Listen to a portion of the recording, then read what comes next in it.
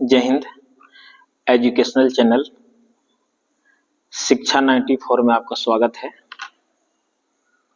आज हम class 10th का subject science chapter number 2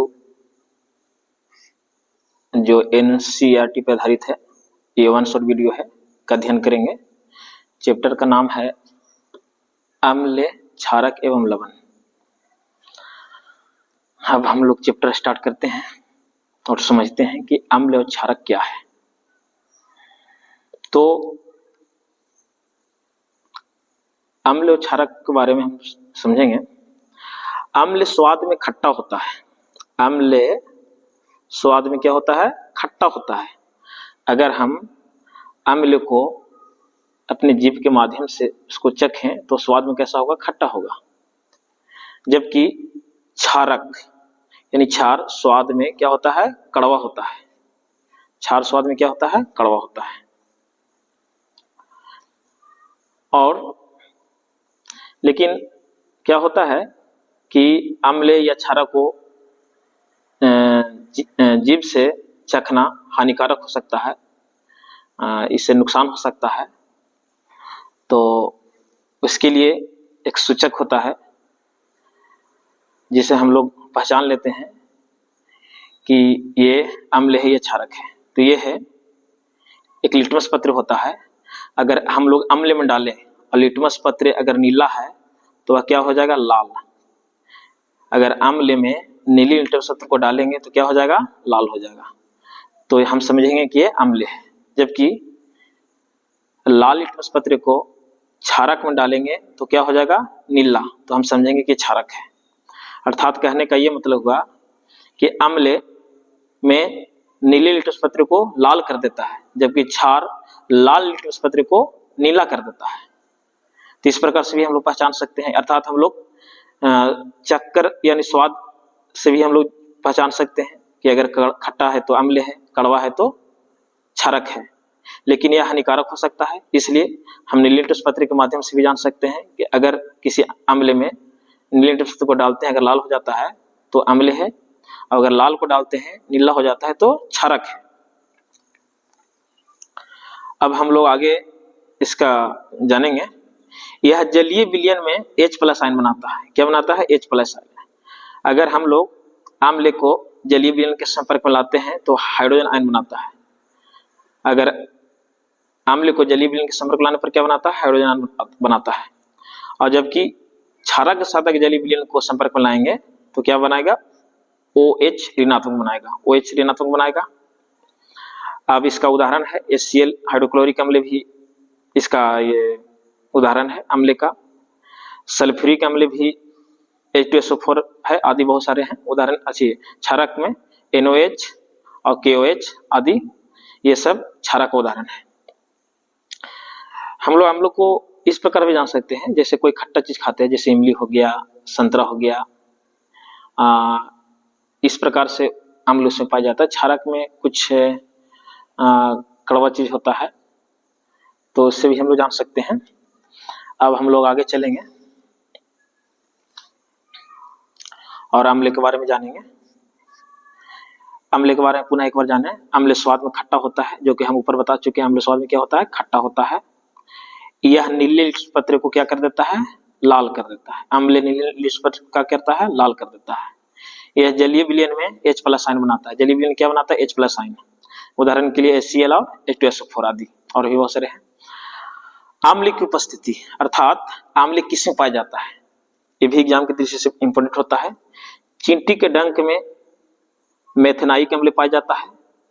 natal के डंक में भी यही मेथेनाइक अम्ल पाया जाता है उपरोक्त। नींबू में सिट्रिक अम्ल पाया जाता है। संतरा में भी सिट्रिक अम्ल पाया जाता है।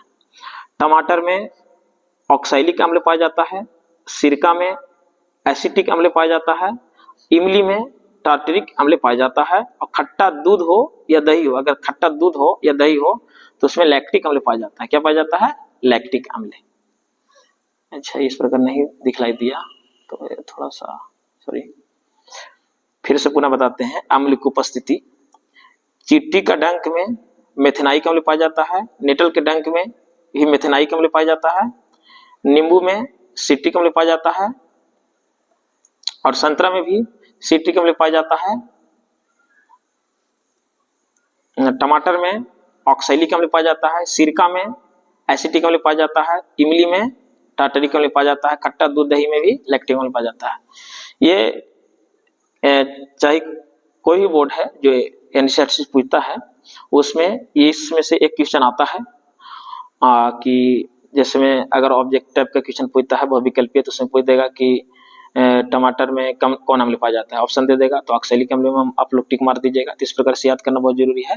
आम्ल क्षारक में भी आपको अंतर पूछेगा तो बहुत सिंपल है, उसको आप लोग याद कर लेंगे। अब आगे चलते हैं।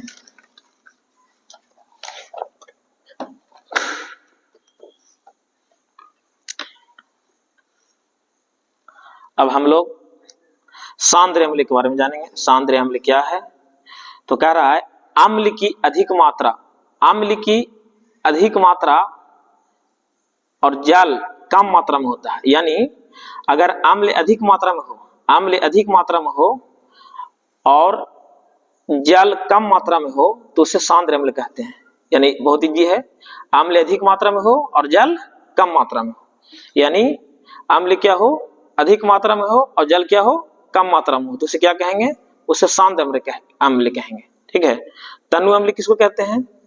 तनु अम्ल में इसमें अम्ल कम मात्रा में होगा, इसके विपरीत, तथा जल अधिक मात्रा में होगा। इसमें अम्ल कम मात्रा में होगा, इसमें जल अधिक मात्रा में होगा, तो तनु अम्ल कहलाता है। जबकि इसका उल्टा, सांद्र अम्ल में अम्ल अधिक होगा और जल कम होगा, तो क्या होगा, सांद्र अम्ल होगा।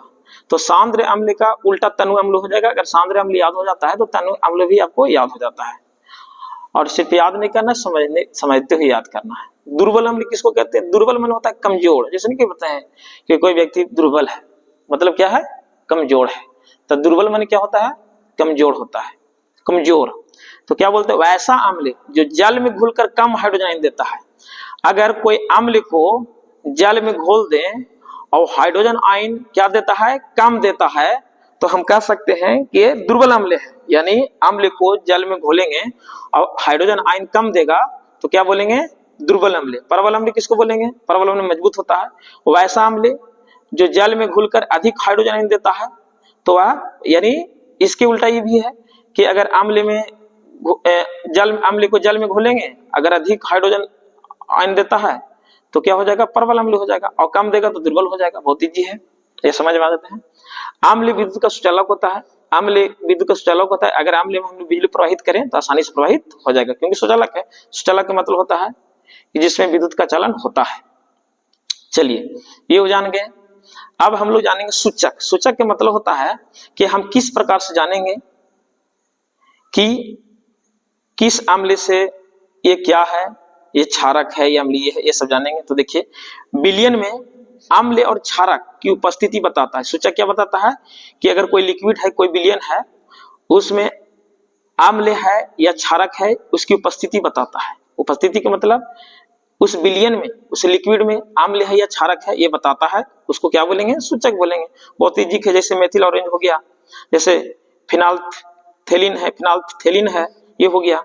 अच्छा, सूचक का प्रकार कितना होता है? सूचक का प्रकार है दो। एक हो गया प्राकृतिक सूचक, एक संश्लेषित सूचक, जिसको कृत्रिम सूचक बोलते हैं। प्राकृतिक मतलब होता है जो ईश्वर द्वारा जो हम लोग को प्रदत्त है, दिया गया है, और संश्लेषित यानी कृत्रिम, जो मानव ने बनाया है। और एक गंधीय सूचक होता है। गंधीय सूचक का मतलब होता है जो गंध के माध्यम, गंध जैसे होता है ना, उसके माध्यम से होता है।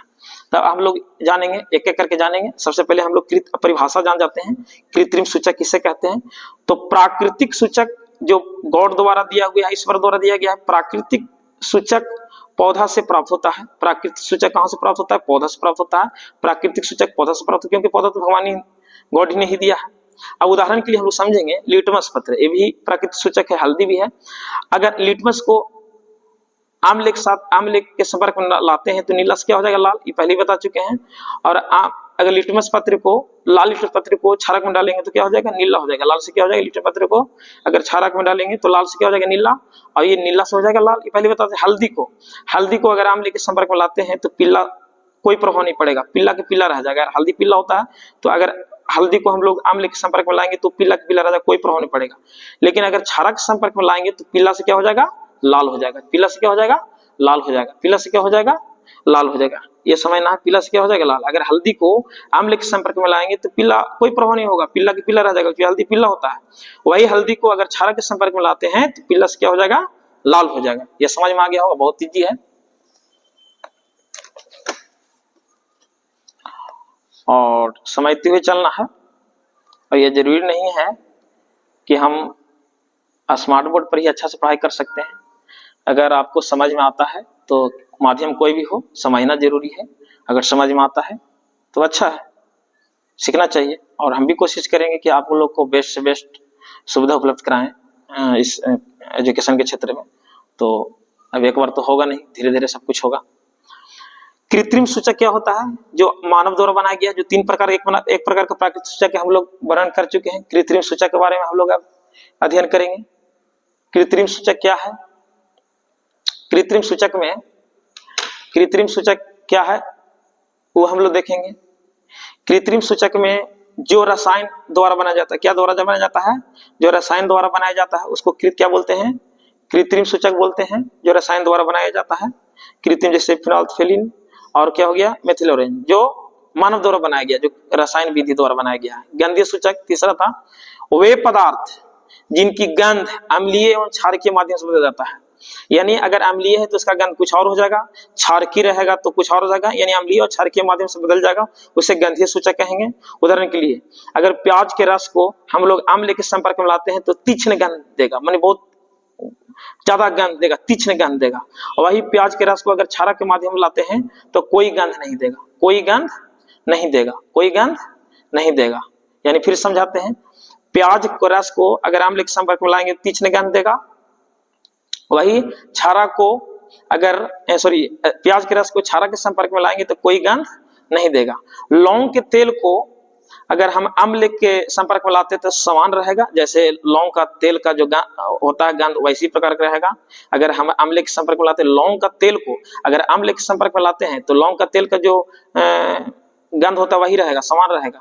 जबकि अगर क्षारक के साथ लौंग का तेल को क्षारक के साथ संपर्क में लाते हैं तो कोई गंध नहीं देगा। बहुत ईजी है। तो ये गंधीय सूचक है। गंधीय सूचक में होता क्या है कि अम्लीय और क्षारकीय माध्यम से, क्या ये अम्लीय हो गया, ये अम्लीय हो गया, ये अम्लीय हो गया, ये क्षारकीय माध्यम से अपना गंध को क्या करते हैं? बदल देते हैं, नहीं भी बदलते हैं तो उसको हम लोग गंधीय सूचक बोलेंगे। तो वही ये उदाहरण हो गया। अब हम लोग पढ़ेंगे अभिक्रियाएं। अभिक्रिया बहुत जरूरी है। अभिक्रियाएं में सबसे पहले पढ़ेंगे कि अगर धातु को अम्ल से अभिक्रिया कराएंगे, एक क्वेश्चन आता है कि धातु के अम्ल से अभिक्रिया करने पर कौन गैस निकलता है? हाइड्रोजन गैस निकलता है। तो यहाँ पे हम लोग धातु को अम्ल से अभिक्रिया कराएंगे तो क्या बनेगा? लवण बनेगा, लवण अर्थात नमक। और क्या कौन सा गैस निकलेगा? हाइड्रोजन गैस निकलेगा। जैसे में Fe यानी लोहा को हाइड्रोक्लोरिक HCl से अभिक्रिया करवाएंगे, यानी लोहा का धातु हो गया और HCl अम्ल हो गया, तो क्या बनेगा? लवण बनेगा, FeCl2 बनेगा। और क्या बनेगा? हाइड्रोजन गैस निकलेगा। यानी अम्ल के धातु को अम्ल से अभिक्रिया कराएंगे तो क्या बनेगा? लवण और हाइड्रोजन गैस। तो ये आपको उदाहरण देख सकते हैं। अब आगे, अम्ल धातु को कार्बोनेट के साथ अभिक्रिया करवाएंगे, यानी अम्ल को धातु कार्बोनेट के साथ अभिक्रिया करवाएंगे तो क्या बनेगा? लवण बनेगा, CO2 बनेगा गैस और जल बनेगा। देखिए ये Cl को हम लोग N2CO3 सोडियम कार्बोनेट के साथ अभिक्रिया कराएं तो NaCl बना, यानी लवण बना, नमक बना। और CO2 बना, देखिए CO2 बना और क्या बना? H2O जल बना। तो ये अभी हो गया एक, बहुत ईजी है। अब हम लोग अम्ल को धातु के साथ अम्ल को धातु बाइकार्बोनेट के साथ अभिक्रिया करवाएंगे। अम्ल को धातु बाइकार्बोनेट के साथ अभिक्रिया कराएंगे तो अम्ल को धातु बाइकार्बोनेट के साथ अभिक्रिया करेंगे तो क्या बनेगा? लवण बनेगा, CO2 गैस बनेगा और जल बनेगा। जैसे देखिए HCl के NHCO3 सोडियम हाइड्रोजन कार्बोनेट के साथ अभिक्रिया करवाएं तो साधारण नमक का सूत्र NaCl होता है, ये बना तो ये लवण हो गया ये, और ये CO2 गैस निकला और ये जल बना। बहुत ईजी है, बहुत आसान है। अब हम लोग चलेंगे आगे, तो देखिएगा प्यारे छात्र एवं छात्राओं, अब आगे हम लोग चलेंगे। अब अम्ल और क्षारक को एक दूसरे से अभिक्रिया कराएंगे। अम्ल को और क्षारक को एक दूसरे से अभिक्रिया कराएंगे तो क्या बनेगा? अम्ल और क्षारक दोनों रहेगा। तो अम्ल और क्षारक से अभिक्रिया करवाएंगे तो क्या बनेगा? ये चीज हम लोग जानेंगे। तो आम्ल और क्षारक के साथ अभिक्रिया करवाएंगे तो लवण बनेगा और जल बनेगा। जैसे HCl को NaOH से अभिक्रिया कराएं तो NaCl बना और H2O बन गया। आम्ल और क्षारक अभिक्रिया करेंगे तो लवण क्या बनेगा, जल बनेगा। अब हम लोग जानेंगे क्षारक के बारे में, तो ये तो पहले पढ़ चुके हैं। तो देखिएगा क्षारक क्या होता है। क्षारक स्वाद में कड़वा होता है। यह लाल लिटमस पत्र को क्या कर देता है, यह लाल लिटमस पत्र को नीले लिटमस पत्र को नीला कर देता है। सॉरी, ये नीला कर देता है, गलत हो गया, मिस हो गया था। नीला कर देता है, क्या कर देता है, नीला कर देता है। तो यहाँ पे भी गलत तो नहीं हुआ है, हाँ ठीक है। यह लाल लिटमस पत्र को क्या कर देता है, नीला कर देता। थोड़ा यहाँ से रॉन्ग हो गया था। और जलीय विलयन में क्या देता है, OH ऋणात्मक देता है। ये तो बता चुके हैं, उदाहरण भी बता चुके हैं। चलिए आगे चलते हैं। अब जानते हैं हम लोग परवल अम्ल, वही परवल जिसमें अधिक क्षारीय माध्यम, जो क्षार पानी में घुलने के बाद OH ऋणात्मक आयन देता है। अच्छा, आप परवल अम्ल में देखे होंगे कि H+ आयन देता है ज्यादा जल में घुलने के बाद, और ये जल में यानी पानी में घुलने के बाद क्षार पानी में घुलेगा तो क्या देगा, OH सांद्रता बढ़ेगा। और जैसे में KOH पोटेशियम हाइड्रोक्साइड का और NOH का सोडियम हाइड्रोक्साइड का ये उदाहरण है। परवल अम्ल का ये दोनों उदाहरण है, उदाहरण में पूछ देता है एग्जाम में। दुर्बल अम्ल में वही होता है कि इसमें ज्यादा देगा तो OH आधी आयन उत्पन्न करते हैं, यानी कम मात्रा में उत्पन्न करेंगे। इसमें कम उत्पन्न करेगा तो दुर्बल होगा, और इसमें OH ऋणात्मक जल के साथ संपर्क में लाएंगे, जल क्षार को अगर जल के संपर्क में लाएंगे तो OH ज्यादा देगा, और दुर्बल में अगर क्षार को जल के संपर्क में लाएंगे तो कम देगा, OH ऋणात्मक कम देगा, OH ऋणात्मक क्या देगा, कम देगा। तो सेम है दोनों। दुर्बल में देखिए कि वे क्षार जो कम क्षमता तक आयनीकृत होकर कम मात्रा में OH आयन देते हैं। परवल अम्ल में क्या होता है कि क्षार को अगर जल में मिलाएंगे तो OH ऋणात्मक ज्यादा देगा, और इसमें देखिए दुर्बल में क्षार को अगर हम मिलाते हैं तो OH ऋणात्मक कम देगा। ये हो गया दोनों में। इसका उदाहरण भी देखिए, उदाहरण देख सकते हैं, CaOH2 हो गया, MgOH2 TCr, बहुत सारे ऐसे हैं।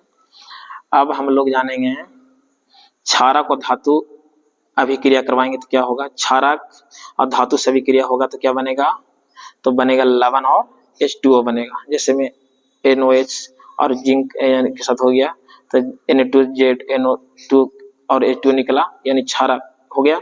अच्छा, इसमें ना, अरे क्षारक धातु कार्बोनेट और धातु बाइकार्बोनेट के साथ अभिक्रिया नहीं करता। क्षारक धातु कार्बोनेट और धातु बाइकार्बोनेट के साथ अभिक्रिया नहीं करता, लेकिन क्षारक अगर धातु के साथ अभिक्रिया कराएगा तो लवण बनेगा, हाइड्रोजन गैस बनेगा। इसका समीकरण भी दे दिए। चलिए, बहुत आसान है। अब हम लोग जानेंगे पीएच मान। इसको जरा सही समझना होगा। पीएच मान क्या जानेंगे, पीएच मान इसमें इस प्रकार समझेंगे कि देखिए पीएच स्केल में 0 से लेकर 14 तक संख्या होता है। अगर 7 रहेगा तो उदासीन रहेगा, इसमें कोई स्वाद नहीं रहेगा, और कोई स्वाद नहीं रहेगा। 7 है, अगर 7 है तो कोई स्वाद नहीं है, ये उदासीन है।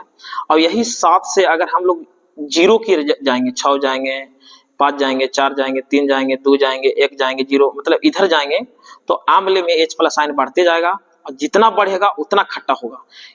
ठीक है ना। 7 से ए साइड में यानी 0 के साइड में जाएगा, 6, 5, 4, 3। इधर क्या होगा, ये साइड में देखिए एरो दे दिए हैं H+ आयन, तो बहुत खट्टा होगा, यानी इतना लास्ट तक खट्टा हो जाएगा कि इसको खाना दुर्बल होगा, जहर जैसा बन जाएगा। और यही अगर 8 से 14 की ओर जाता है तो यही क्या हो जाएगा, क्षारक हो जाएगा। इसमें भी OH ऋणात्मक एरिनाइन का मात्रा बढ़ते जाएगा। इसमें H+ आयन अगर 7 से इधर जाता है, 7 तक तो रहेगा तो उदासीन रहेगा, और 7 से अब 0 की ओर जाएगा, 6, 5, 4, 3, 2, 1 की ओर, तो H+ आयन बढ़ता जाएगा और ज्यादा खट्टा होते जाएगा, यानी अम्लता बढ़ते जाएगा, और इधर क्षारीय माध्यम बढ़ते जाएगा, यानी ए साइड में जाएगा। तो इस प्रकार से है। यहाँ भी हम लोग दर्शाए हैं कि पीएच मान क्या होता है, उदासीन का 7 होता है, और अम्लीय का 7 से कम होता है, और क्षारीय का 7 से ज्यादा होता है। 7 से क्या होता है, ज्यादा होता है। तो उदासीन का पीएच मान 7 हो जाएगा, जिसका कोई स्वाद नहीं रहेगा। उदासीन का पीएच मान 7 हो जाएगा, और इसका हो जाएगा पीएच मान 7 अम्लीय हो जाएगा, ये क्षारीय हो जाएगा। ये हम लोग जान गए। कुछ हम महत्वपूर्ण प्रश्न को भी रखे हैं। इसको देखिएगा, पूरा नहीं आ पा रहा है तो एक एक करके हम लोग समझेंगे, यानी हम लोग एक एक करके समझेंगे। जैसे देखिए कुछ महत्वपूर्ण बिंदु, हमारा शरीर, हमारा जो शरीर है, मानव शरीर है, जो 7.0 से 7.8 pH प्रास में ही कार्य करता है। इससे ज्यादा नहीं होना चाहिए, न कम होना चाहिए, इसमें प्रास में करता है। अच्छा, अम्लीय वर्षा में क्या होता है कि अगर अम्लीय वर्षा हो तो देखते होंगे बरसात के समय पहला बरसात होता है, उसमें लोग घर के लोग बाहर जल में नहाने के लिए नहीं बोलते, क्योंकि उसमें अम्ल की मात्रा हो सकता है, जिससे हमारा चर्म रोग होने का डर रहता है। और अगर अम्लीय वर्षा होता है तो फसल भी बर्बाद हो जाता है। तो अम्लीय वर्षा होता कितना है, तो वर्षा के जल में, अगर वर्षा हो रहा है उस जल में का पीएच मान, जल का पीएच मान 5.6 से कम है। 5.6 से ज्यादा तो ठीक है, अगर 5.6 से कम है तो उसको अम्लीय वर्षा बोलेंगे। अगर वर्षा के जल में का पीएच मान 5.6 से कम है तो क्या बोलेंगे, अम्लीय वर्षा बोलेंगे। आगे देखिए, अब हम लोग जानेंगे दांत क्षरण कैसे होता है, मैंने दांत सड़ने लगता है, तो इसमें भी आंवले का कमाल है। अगर पीएच मान 5.5 से कम है तो दांत क्या हो जाएगा, क्षय हो जाएगा। क्षय माने गल सड़ने लगेगा। अगर पीएच मान, मुंह का पीएच मान अगर 5.5 से कम हो गया तो दांत सड़ने की संभावना रहता है। अच्छा, लिटमस पत्र कहाँ से निकलता है, तो लीचन पौधा से निकलता है। लिटमस पत्र कहाँ से निकलता है, लीचन जो हम लोग जांच करते हैं। पीएच स्केल का कितना प्रास होता है, तो 0 से 14 तक होता है, आप लोग ऊपर देख सकते हैं 0 से 14 तक मैं बताया भी है, पीएच स्केल 0 से 14 तक होता है। अच्छा, आगे देखिए, पेट, उदर में, पेट में HCl अम्ल का निर्माण होता है। पेट में कौन अम्ल का निर्माण होता है, हाइड्रोक्लोरिक अम्ल का निर्माण होता है, जो भोजन पचाने में भी हम लोग को सहायता करता है। मधुमक्खी का डंक, अगर मधुमक्खी के डंक क्या छोड़ता है, अम्ल छोड़ता है, जिससे हम लोग क्या होता है, जिसके कारण जलन और दर्द होता है। मधुमक्खी हमारे शरीर में क्या छोड़ता है, डंक, मधुमक्खी की डंक अम्ल छोड़ता है। जिससे प्रति अम्ल, एंटासिड क्या है, ये मंद क्षारक है जो क्या करता है, अपच, मैंने अगर आपको नहीं पचता है तो एंटासिड खाइएगा तो उपचार करेगा, पचने में उपचार किया जाता है। मैंने अगर नहीं पचता तो इसमें क्या करेगा, उपचार करेगा। ठीक है, ये हो गया। अब हम लोग चलेंगे आगे। अब हम लोग पढ़ेंगे आम्ल क्षारक में समानताएं क्या होता है। आम्ल क्षारक में कुछ समानता होता है, ये चीज जानेंगे। आम्ल क्षारक में क्या जानेंगे, समानता जानेंगे। ये विद्युत का सुचालक होते हैं। आम्ल क्षारक दोनों में बिजली दौड़ सकता है, सुचालक होता है। और जब जल में आम्ल और क्षारक को मिलाते हैं, घोलते हैं, तो इसको कौन सा अभिक्रिया होता है, ऊष्माक्षेपीय अभिक्रिया होता है। कौन अभिक्रिया होता है, ऊष्माक्षेपीय अभिक्रिया होता है। कौन अभिक्रिया होता है, ऊष्माक्षेपीय अभिक्रिया होता है। फिर से एक बार समझे, आम्ल और क्षारक को अगर जल में घोले हैं तो क्या होगा, ऊष्माक्षेपीय अभिक्रिया होगा। जल में आम्ल एवं क्षारक को घुलाने पर, अगर आम्ल को जल को आम्ल में घुलेंगे तो ऊष्माक्षेपीय अभिक्रिया होगा, और जल को अगर जल में क्षारक भी घोलेंगे तो क्या होगा, ऊष्माक्षेपीय अभिक्रिया होगा। ये समझेंगे। उदासीनीकरण अभिक्रिया हम लोग समझेंगे। उदासीनीकरण अभिक्रिया में क्या होता है कि आम्ल और क्षारक को अगर मिला दें तो एक दूसरे के प्रभाव को समाप्त कर देते हैं। जैसे आम्ल खट्टा होता है, क्षारक कड़वा होता है, अगर दोनों को मिला देंगे तो न खट्टा होगा और न ही कड़वा होगा। यानी आम्ल का गुण और क्षारक गुण समाप्त कर देता है, और लवण तथा जल बनाता है। तो क्या बनाएगा, लवण तथा जल। अगर आम्ल और क्षारक को भी, इससे पहले भी हम लोग अभिक्रिया करा चुके हैं, आम्ल और क्षारक आपस में अभिक्रिया करेगा तो लवण और जल बनेगा, लेकिन एक दूसरे के प्रभाव को समाप्त कर देगा। इसको उदासीनीकरण अभिक्रिया कहते हैं। जैसे आम्ल और क्षारक को आपस में अभिक्रिया तो क्या बना, लवण और जल बना। जैसे यहाँ पे HCl NaCl और H2O बनता है। ठीक है, क्रिस्टलन, इसको समझना होगा थोड़ा। क्रिस्टलन का जल क्या होता है, तो लवण में एक सूत्र इकाई में जल के निश्चित अणुओं की संख्या को क्रिस्टलन कहते हैं। एक लवण में जल की निश्चित अणुओं की संख्या को क्या कहते हैं, क्रिस्टलन कहते हैं। जैसे CuSO4 and 5H2O। ठीक है, ये उदाहरण हो गया। अब हम लोग एक करके अब व्यंजक चूर्ण के बारे में जानेंगे, जिसको व्यंजक चूर्ण का प्रचलित नाम है ब्लीचिंग पाउडर। हम यहाँ पे व्यंजक चूर्ण जानेंगे। अब व्यंजक चूर्ण के देखो नाम लिख दिए, व्यंजक पाउडर से प्रचलित है, ब्लीचिंग पाउडर शायद गलत लिखा गया है, पर इसको सुधारिए कीजिएगा। अब व्यंजक चूर्ण बनता क्या है, व्यंजक चूर्ण बनता कैसे है, वो चीज समझेंगे कि व्यंजक चूर्ण बनता कैसे है। तो देखिए, शुष्क बुझा हुआ चूना, शुष्क बुझा हुआ चूना क्या होता है, तो जैसे हम लोग मार्केट से जो चूना लाते हैं, सॉरी, हम लोग व्यंजक चूर्ण जानेंगे। व्यंजक चूर्ण बनता कैसे है, इसका निर्माण सबसे पहले जानेंगे कि शुष्क बुझा हुआ चूना, शुष्क बुझा हुआ चूना का सूत्र होता है COH2। ठीक है, हम लोग जब बाजार से चूना जो लाते हैं तो उसमें पानी डाल देते हैं, तो पानी डालते हैं तो पहले खौलता है, और खोलते खोलते क्या हो जाता है, बुझ जाता है। तो ये बुझा हुआ चूना, पहले चूना जो लाते हैं वो बुझा हुआ चूना नहीं होता है, हम लोग मार्केट से लाते हैं और उसको पानी डालते हैं, पानी डालने में खोलने के बाद ही उष्मा निकलता है, उसके बाद वो बुझ जाता है, तो इसी को कहते हैं बुझा हुआ चूना। अगर इस पर हम क्लोरीन गैस प्रवाहित कर दे, वही चूना पर, जो बुझा हुआ चूना पर अगर क्लोरीन गैस प्रवाहित कर देंगे तो क्या बन जाएगा, विरंजक चूर्ण बन जाएगा। जैसे COH2 को, अगर Cl2 को 40 डिग्री सेल्सियस में हम लोग अगर इसको क्रिया करवा दें तो क्या बनेगा, CaOCl2, यही विरंजक चूर्ण का ये सूत्र है। और क्या बनेगा, H2O, जल भी निकलेगा। क्या निकलेगा, H2O। ठीक है। अब रासायनिक सूत्र अगर व्यंजक चूर्ण का पूछता है, रासायनिक सूत्र व्यंजक चूर्ण का पूछता है तो रासायनिक सूत्र क्या होता है, COCl2 पर बता चुके हैं। अच्छा, उपयोग इसका क्या है, रासायनिक सूत्र हो गया। उपयोग क्या है, तो उपयोग है कपड़ों के व्यंजन के लिए, रासायनिक उद्योग में होता है, इसका उद्योग में भी होता है। और पीने वाले जल को जीवाणु से मुक्त करने के लिए, अगर पानी में कीड़ा मकोड़ा हो जाता है, कीटाणु हो जाता है, तो उस कीटाणु को, उस रोगाणु को क्या करता है, इसको डाल दीजिएगा तो चला जाएगा। बहुत पुराने समय में जब हम लोग के यहाँ ज्यादा मूलभूत सुविधा नहीं था, जैसे में चापाकल वगैरह, तो उसमें सरकार द्वारा कुआं में जो मतलब खाली मतलब ऊपर से ओपन रहता है तो उसमें कीड़ा मकोड़ा गिर जाता है, तो उसके पीने के लिए भी लोग ब्लीचिंग पाउडर का प्रयोग करता था।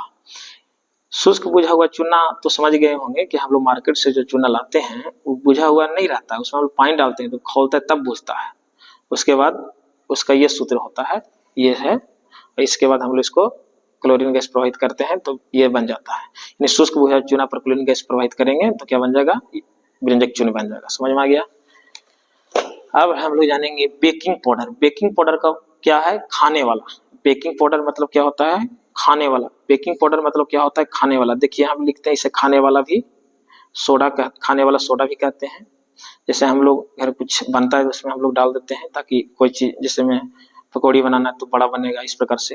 तो कह रहा है कच्चे पदार्थ में सोडियम क्लोराइड NaCl को नमक का उपयोग कर बेकिंग सोडा बनाया जाता है।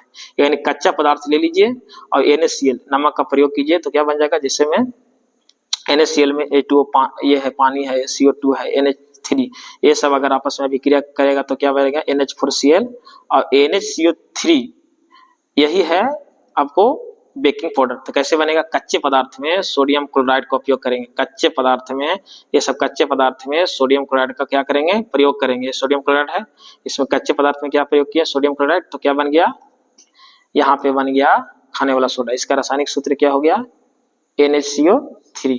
ठीक है। इसका प्रयोग क्या है, उपयोग क्या है भाई, तो बेकिंग पाउडर बनाने में, खाने वाला सोडा बनाने में, सोडा अम्ल अग्निशामक में, सोडा अम्ल आग बुझाने के लिए होता है, सोडा अम्ल अग्निशामक। अग्निशामक में क्या होता है, आग बुझाने के लिए।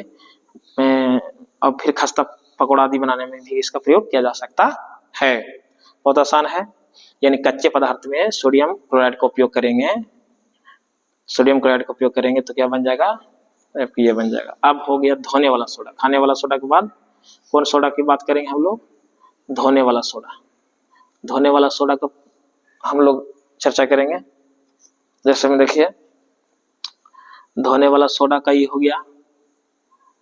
धोने वाला सोडा का निर्माण कैसे होता है भाई, तो बेकिंग सोडा का मतलब जो खाने वाला सोडा को गर्म करके सोडियम कार्बोनेट बनाते हैं। पहले दो प्रक्रिया में होगा, पहले खाने वाला सोडा को क्या करेंगे, गर्म करेंगे। जैसे देखिए यहाँ सोडियम कार्बोनेट को गर्म करके सोडियम कार्बोनेट बनाया जाता है। जैसे को ये खाने वाला सोडा है, इसको गर्म किए तो क्या बन गया, सोडियम कार्बोनेट। देखो ये बन गया और ये जल निकला और CO2 निकला, ये जल भी निकला और CO2 निकला, CO2 कार्बन डाइऑक्साइड, और ये बन गया देखिए सोडियम कार्बोनेट। क्या लिखा कि बेकिंग खाने वाला सोडा को गर्म करने पर क्या बना, सोडियम कार्बोनेट। क्या बना, ये देखिए सोडियम कार्बोनेट। ये क्या है, खाने वाला को गर्म किया तो क्या बना, सोडियम कार्बोनेट। इसके बाद आओ है अभी, इसके बाद प्रक्रिया आगे बढ़ता है। इसके बाद जब हम लोग को सोडियम कार्बोनेट जो प्राप्त हुआ, मैंने खाने वाला सोडा गर्म करें और सोडियम कार्बोनेट जो प्राप्त हुआ को जल से क्रिस्टलीकृत करेंगे। जल के साथ क्या करेंगे, क्रिस्टलीकृत करेंगे, करके धोने का सोडा बनेगा। जब उसको सोडियम कार्बोनेट जो प्राप्त हुआ उसको क्रिस्टलीकृत करेंगे तो क्या बनेगा, धोने का सोडा प्राप्त होगा। यह एक क्षारकीय है, क्षारीय लवण होता है। ठीक है, ये क्या होता है, क्षारीय लवण है। इसका रासायनिक सूत्र क्या हो गया, Na2CO3 10H2O। ये हो गया। देखिए यहाँ पे लिखे Na2CO3 को, यानी सोडियम कार्बोनेट को इसको गर्म किए तो क्या बना, ये बना। यही है आपका सोडा, धोने वाला सोडा का उपयोग। धोने वाला सोडा का उपयोग बहुत आसान है, घरों की साफ सफाई में हम लोग करते हैं। जल की अस्थायी कठोरता को हटाने के लिए, जल में कठोरता उसको हटाने के लिए भी हम लोग प्रयोग करते हैं। तो ये समझ में आ गया होगा। अब बस कुछ ही समय में समाप्त हो जाएगा। अब हम देखिए plaster of Paris. Plaster of Paris जानते होंगे, जो टूटी हड्डियों को जोड़ने के लिए डॉक्टर्स प्रयोग करते हैं। निर्माण किसको कहते हैं, जिप्सम। जिप्सम को 373 पर गर्म करने पर यह जल के अणुओं को त्याग कर, जैसे अगर जिप्सम में अगर कुछ पानी की मात्रा उसको 373 केल्विन पर गर्म करेंगे तो जल के अणु क्या हो जाएगा, निकल जाएगा, त्याग हो जाएगा। त्याग कर जाएगा तो क्या बनेगा, कैल्शियम सल्फेट अर्ध हाइड्रेट या हेमी हाइड्रेट बनेगा। जैसे देखो CSO4 A1H2, इसको क्या बोलेंगे, कैल्शियम सल्फेट। देखिए इसको क्या पढ़ेंगे, यहाँ से देखिए ये हो गया कैल्शियम कार्बोनेट, ये कैल्शियम कार्बोनेट हो गया, अर्ध हाइड्रेट हो गया, हेमी हाइड्रेट हो गया, तो ये अर्ध हाइड्रेट हो गया, बनाता है, जिससे क्या बोलते हैं, प्लास्टर ऑफ पेरिस बोलते हैं। यानी क्या करेंगे, जिप्सम को क्या करेंगे, जिप्सम को 373 पर गर्म करेंगे और करने पर जल के अणु उसमें से त्याग हो जाएगा, निकल जाएगा, तो क्या बनेगा, कैल्शियम सल्फेट या अर्ध हाइड्रेट, ये बनेगा। जैसे में देखिए ये जिप्सम है, ये जिप्सम है, जिप्सम को 373 केल्विन पर गर्म करे तो क्या बना, ये प्लास्टर ऑफ पेरिस बना। बहुत आसान है, ये निकला। रासायनिक सूत्र क्या हो गया, CSO4 H2O 1/2 H2O, ठीक है, ये बन गया, ये रासायनिक सूत्र हो गया। उपयोग कहाँ होता है इसका, खिलौना बनाने में होता है, सॉरी प्लास्टर ऑफ पेरिस का उपयोग, ये रासायनिक सूत्र हो गया, ये CSO4 है ना, ये हो गया रासायनिक सूत्र हो गया। उपयोग कहाँ होता है, खिलौना बनाने में होता है, मूर्ति बनाने में होता है, चिकित्सक टूटी हड्डियों को जोड़ने में। देखे होंगे मूर्ति, देखे होंगे, प्लास्टर ऑफ पेरिस बहुत हल्का होता है, और खिलौना भी से बनाया जाता है। और डॉक्टर लोग हाथ टूट जाता है, पैर, तो उसको प्लास्टर ऑफ पेरिस को क्या करता है, लपेट के पानी में डाल के उसको लपेट के ये करता है। अब लास्ट है क्लोर क्षार प्रक्रिया। क्लोर क्षार प्रक्रिया, इसमें कहता है क्लोर क्षार प्रक्रिया में कि सोडियम के जलीय विलयन को, सोडियम के क्या, जलीय विलयन, सोडियम के जलीय विलयन को, यानी लवण और जल रहेगा, से विद्युत प्रवाहित करेंगे। क्या करेंगे, विद्युत प्रवाहित करने पर वियोजित होकर सोडियम हाइड्रोक्साइड उत्पन्न करता है। वियोजित होकर क्या करता है, सोडियम हाइड्रोक्साइड उत्पन्न करता है। इस प्रक्रिया को क्लोर क्षार प्रक्रिया कहते हैं। क्यों, क्योंकि इसमें निर्मित उत्पाद जो क्लोरीन है वो क्लोर हो गया, अब सोडियम हाइड्रोक्साइड है वो क्या हो गया, क्षार हो गया। जैसे देखिए क्या बोले, सोडियम के जलीय विलयन को से विद्युत प्रवाहित करने पर, सोडियम के जलीय विलयन विद्युत प्रवाहित करने पर क्या बनता है, उसमें वियोजित होकर सोडियम हाइड्रोक्साइड बनता है, ठीक है, तो हाइड्रोक्साइड उत्पन्न करता है। इस प्रक्रिया में क्लोर क्षार प्रक्रिया कहते हैं, क्योंकि इसमें इससे निर्मित उत्पाद क्लोरीन, क्लोर और सोडियम हाइड्रोक्साइड जो प्राप्त हुआ वो क्या हो गया, क्षार, इसलिए इसको बोलते हैं क्लोर क्षार प्रक्रिया। जैसे मैं यहाँ पे एग्जांपल देने, Cl और H2O को हुआ तो NOH बना, Cl2 बना, H2O बना, इस प्रकार समाप्त होता है। तो आप लोग अगर इसको सही से आप लोग अध्ययन करते हैं, पूरा ये 2 अध्याय अम्ल क्षारक लवण का पूरा थ्योरी वीडियो था, 1 शॉट वीडियो था, तो इसको आप लोग अगर ध्यान से सुनते हैं, पढ़ते हैं, तो मुझे पूरा विश्वास है कि आपको कॉन्सेप्ट मजबूत हो जाएगा। तो बहुत बहुत धन्यवाद। और मेरा चैनल को न्यू चैनल है, तो आप लोग ज़्यादा ज़्यादा लाइक करें, कमेंट करें और सब्सक्राइब करें, ताकि आज और आप लोग को हम सेवा दे सकें। धन्यवाद, जय हिंद।